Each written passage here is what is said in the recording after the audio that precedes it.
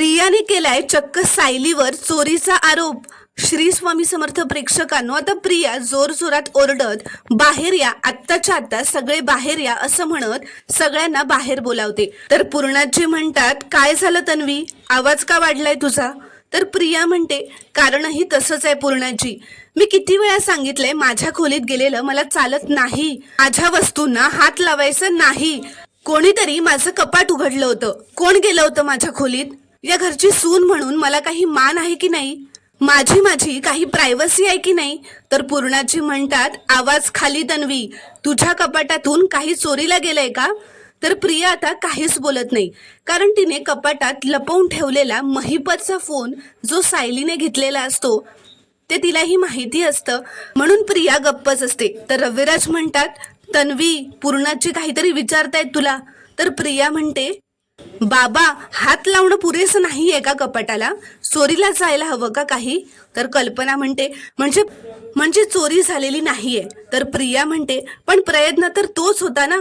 बरं, आपल्या घरात बाहेरून तर कोणी आलेलं नाहीये, म्हणजे हा प्रयत्न घरातल्याच माणसाने केलाय असं ती सायलीकडे बघत म्हणत असते।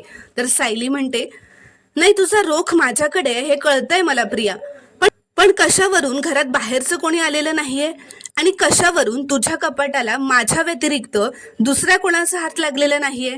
तर प्रिया म्हणते, मग दुसरं कोण करणार आहे हे? तर सायली म्हणते, का?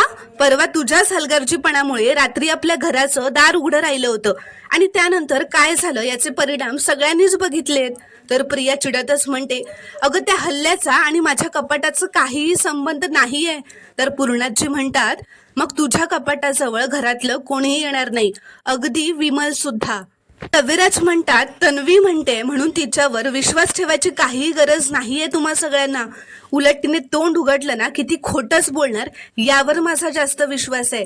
अश्विन म्हणतो, नाही काका, अरे मी सुद्धा बघितलंय तिचं कपाट, तिच्या कपाटातले सगळे कपडे ना अस्ताव्यस्त करून ठेवलेले होते आणि या घरात ना माझ्यावर आणि माझ्या बायकोवर। याला म्हणतो, तन्वी चल बरं, आपण जाऊयात आपल्या खोलीत, यांच्याशी ना वाद घालण्यात काहीच अर्थ नाहीये असं म्हणत आता ते दोघेही त्यांच्या खोलीत निघून जातात। तर प्रेक्षकांनो, आता प्रियानेच तिच्या कपाटातून तो मोबाईल सायलीने चोरल्याचा सायलीवर आरोप केलेला असतो। तर आता पुढील भागात काय होणार हे पाहणं आता खूपच रोमांचक ठरणार आहे। व्हिडिओ आवडल्यास एक लाईक नक्की करा आणि चॅनलला प्लीज सबस्क्राईब करा।